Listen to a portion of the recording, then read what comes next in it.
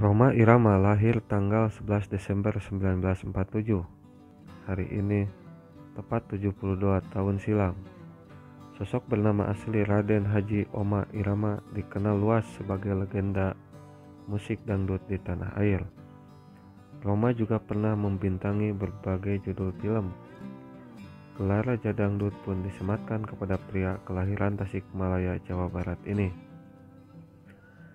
Dalam perjalanan kehidupannya, Rhoma Irama mulai terjun ke kancah politik sejak zaman Orde Baru, dari Partai Persatuan Pembangunan, Golkar, hingga kemudian mendirikan sekaligus memimpin Partai Islam Damai Aman atau IDAMAN. Inilah jejak kisah Rhoma Irama, sang Raja Dangdut yang juga sosok politisi ulung. Kelahiran Raden Oma. Raden Haji Oma Irama atau yang kemudian dikenal dengan nama Rhoma Irama lahir pada 11 Desember 1946 di Tasikmalaya, Jawa Barat. Ia merupakan putra dari pasangan Raden Irama Burdah Anggawirya dan Tuti Juwaria. Membentuk Soneta Group. Pada bulan Desember 1970, Rhoma Irama mendirikan grup musik dangdut yang ia namai Soneta Group. Pada Oktober 1973, Rhoma mencanangkan semboyan Voice of Muslim dengan tujuan agar musik Melayu bisa dipadukan dengan aliran musik lainnya. Inilah yang lantas membuat setiap lagu Rhoma Irama memiliki cita rasa yang berbeda. Mempersunting Veronica. Tahun 1972, Rhoma Irama menikahi seorang wanita bernama Veronica Agustina. Sebelum menikah, Veronica menjadi mu'alaf. Pasangan ini dikaruniai 3 orang anak, yakni Debbie Verama Sari, Fikri Rhoma Irama, dan Romi Sahrial. Sayangnya, Rhoma bercerai dengan Veronica pada Mei 1985. Bintang film. Rhoma terjun ke dunia akting sejak 1977 lewat film Jakarta, menyusul kemudian film Salah Kamar 1978, Wadam 1978, Bayang-Bayang Kelabu 1979, Cinta Kamelia, Melodi Cinta 1980, Perjuangan dan Doa 1980, Sekutu Mawar Putih dan Badai di Awal Bahagia 1981, Sebuah Pengorbanan, Satria Bergitar, dan Pengabdian 1984, Sunan Gunung Jati 1985, dan yang lainnya. Diancam Orde Baru. Pada tahun 1977, Rhoma jadi juru kampanye untuk Partai P3, kendati hanya sebagai simpatisan. Kala itu suara P3 di Jakarta mampu mengalahkan Golkar yang didukung penuh rejim Orde Baru. Periode 1970 sampai 1980 juga menjadi masa-masa rawan bagi Rhoma. Ia sering mendapatkan ancaman karena lagu-lagunya kerap mengkritisi pemerintah.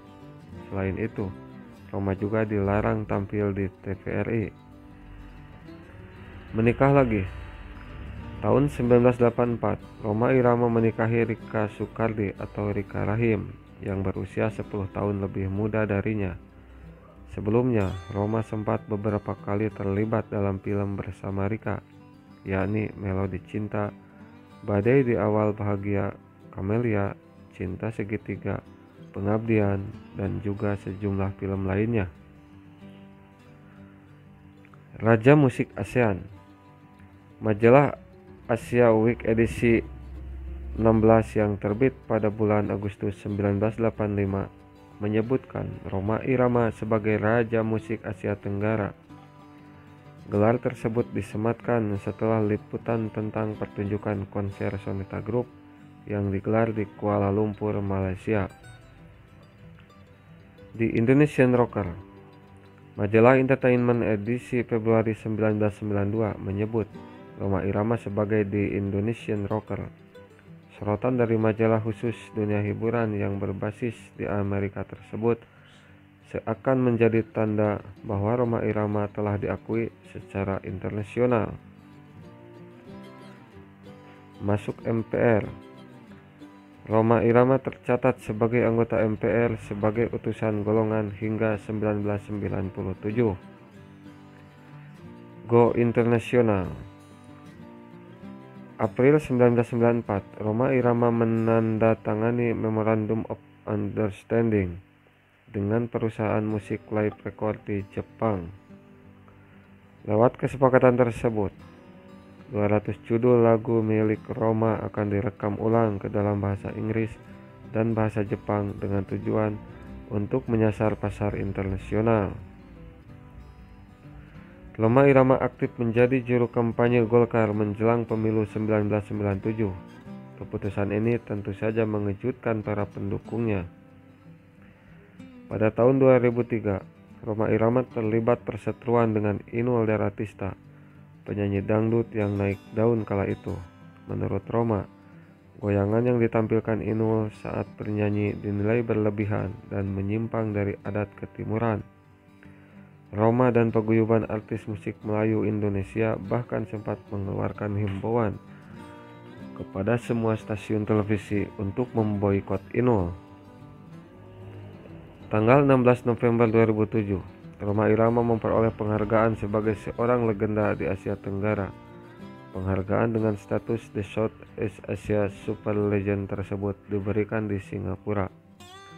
Pada tahun yang sama, Rhoma juga menerima anugerah Lifetime Achievement Award dalam gelaran perdana Anugerah Musik Indonesia Dangdut Award. Penghargaan ini ia terima pada 23 Desember 2007. Rhoma kembali bergabung dengan Partai P3 pada tahun 2008 yang saat itu dipimpin oleh Surya Dharma Ali. Ia masuk P3 lagi bersama Kiai Haji Zainuddin MZ yang sebelumnya juga sempat digait Golkar. Rhoma Irama menyatakan siap maju dalam gelaran Pilpres 2014 saat diwawancarai oleh jurnalis sekaligus presenter Najwa Shihab dalam acara Mata Najwa pada 28 November 2012. Beberapa minggu kemudian, Rhoma menyatakan bahwa waktu yang diberikan kepadanya saat wawancara tersebut terlalu pendek. Selain itu, menurut Rhoma, acara itu lebih terkesan sebagai pengadilan bagi dirinya. Pada 14 Oktober 2015, Rhoma mendirikan Partai Idaman. Dalam struktur partai, Rhoma duduk sebagai ketua umum, namun Partai Idaman dinyatakan tidak memenuhi syarat kelolosan untuk mengikuti pemilu 2019. Akhir Oktober 2018, Rhoma dan para pendukungnya menyatakan mendukung Prabowo Subianto dan Sandiaga Uno untuk pemilu 2019, sehingga kalau kemudian berani deklarasi, artinya kami sudah siap mendukung pasangan Prabowo Sandiaga pada Pilpres 2019. Tandas Rhoma seperti dikutip dari Antara.